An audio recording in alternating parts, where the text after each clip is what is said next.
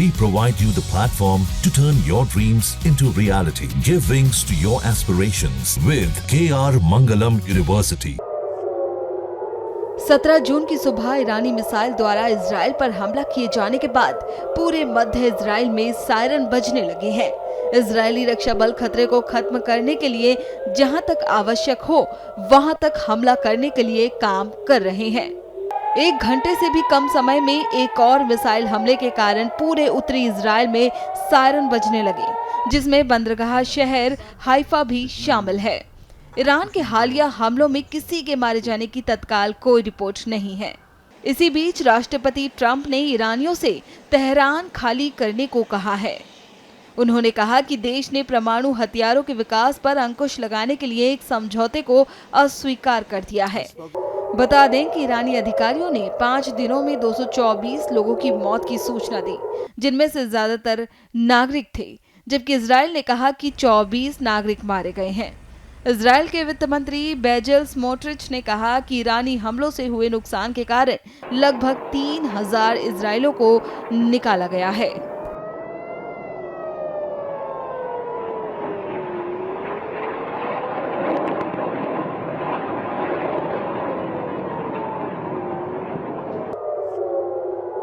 सत्रह जून की सुबह ईरानी मिसाइल द्वारा इजराइल पर हमला किए जाने के बाद पूरे मध्य इजराइल में सायरन बजने लगे हैं।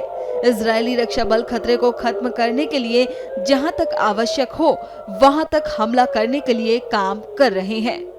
1 घंटे से भी कम समय में एक और मिसाइल हमले के कारण पूरे उत्तरी इजराइल में सायरन बजने लगे, जिसमें बंदरगाह शहर हाइफा भी शामिल है। ईरान के हालिया हमलों में किसी के मारे जाने की तत्काल कोई रिपोर्ट नहीं है। इसी बीच राष्ट्रपति ट्रंप ने ईरानियों से तेहरान खाली करने को कहा है।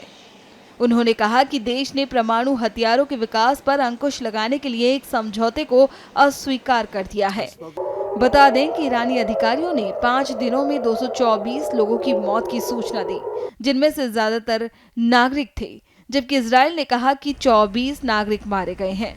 इजराइल के वित्त मंत्री बेजेल स्मोट्रिच ने कहा कि ईरानी हमलों से हुए नुकसान के कारण लगभग 3000 इजरायलियों को निकाला गया है।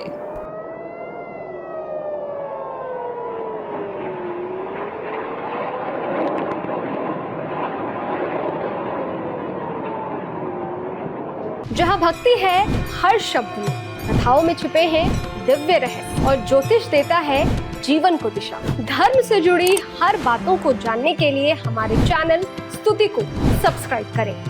चैनल पर जाने के लिए इस लिंक पर क्लिक करें।